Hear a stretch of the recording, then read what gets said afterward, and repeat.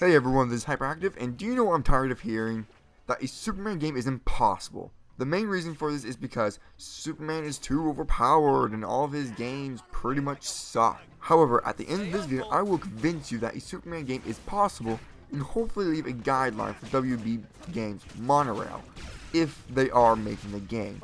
As always, I'm going to start with the history of the Superman games first.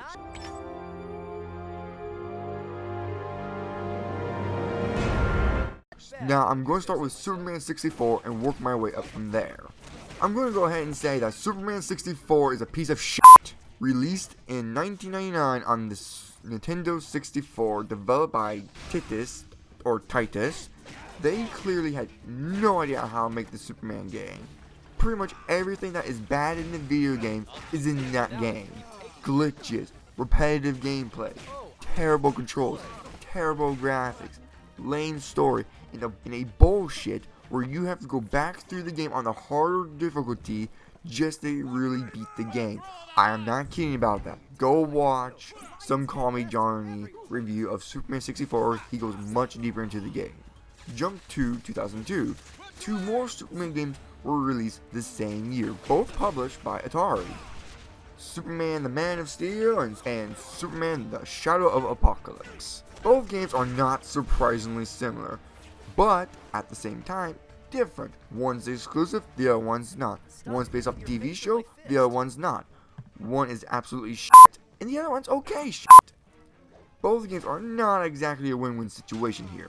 Both games suffer from a lack of storytelling, clumsy controls, okay gameplay, and both games were surprisingly unfair and difficult. Critics seem to favor Superman Shadow of Apocalypse mainly because it's not as difficult, the cel-shaded graphics look really nice, voice acting was excellent, the gameplay wasn't too bad. However, 2006, Superman Returns, the video game, was released, and it was based off the terrible movie. However, the game could be better than the movie, but it's not. The game was published by EA, aka the Devils themselves.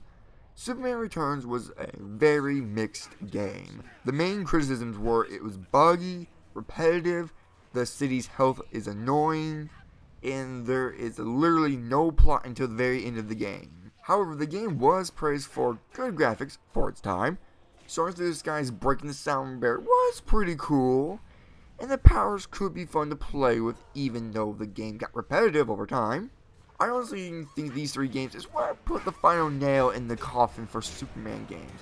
And it is a shame that we only see him now in fighting games only. However, that is about to change because I'm going to tell you how to make a Superman game, starting with the story.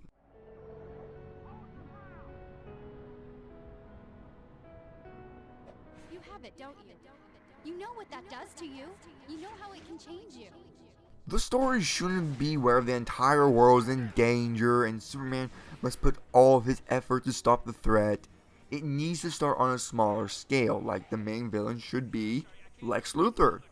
Now we all know Lex Luthor deceives the media a lot and has a lot of influence over Metropolis, as well being the most wealthiest man in the city. He has this footage of Superman causing destruction, attacking the police, and terrorizing other parts of the world. Lex Luthor tells people he will stop the threat by creating this new task force that has weaponized kryptonite. The citizens will, of course, support Lex because of what they have seen from the footage and are now scared of Superman. Of course, it is your job to restore the hope and clear your name. The story also gives opportunity for more villains like the creation of Metallo and Cyborg Superman. Lex Luthor could recruit Parasite and Killer Frost to the new task force and possibly hire Lobo to kill Superman. Now they can have a Batman cameo like he shows up to make sure Superman hasn't really gone evil yet. Possibly other cameos as well, or Easter eggs of other superheroes. Now remember, this is just an idea of a story they can do. And honestly, it wouldn't be a bad start for a Superman game. It would be simple and easy to understand. It can be complex at the same time, but not too complex where people literally have to go look at the Superman Wikipedia to know what the hell is going on. Alright, enough with the story. let's talk about the game mechanics.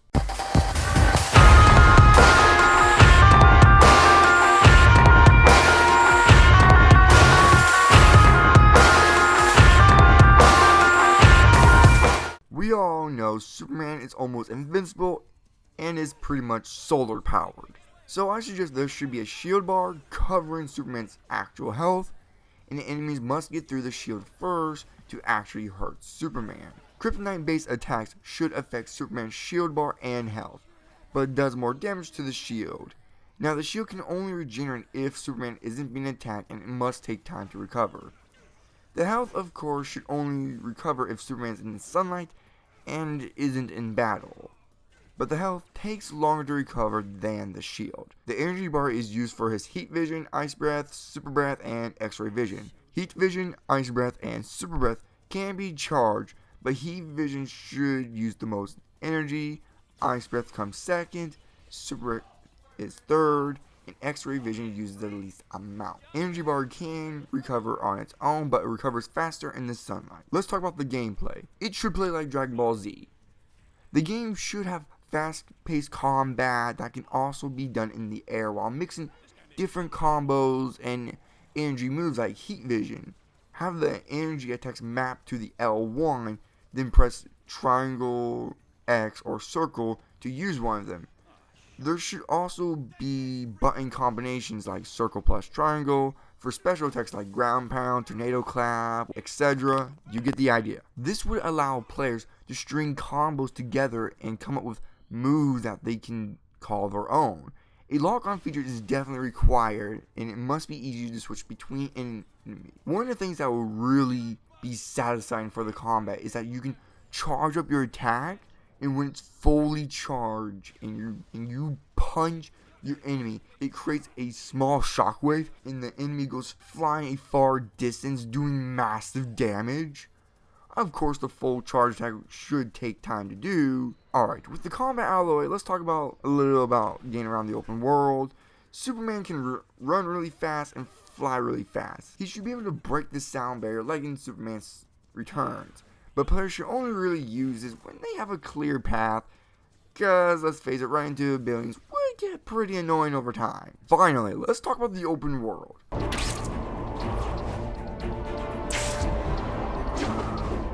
Of course, the open world needs to be beautiful and colorful. It shouldn't be dark and colors like a certain movie, cough cough, Man of Steel.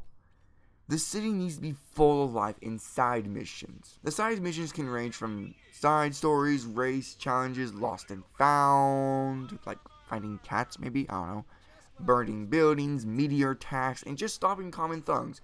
Put down in the comments what side missions you would like to see. There should be collectibles like finding Kryptonian technology, or sky across the city, something like that. Or maybe collecting stolen technology from Star Corps. Now, a feature that I would really like to see would be a nighttime and daytime transaction.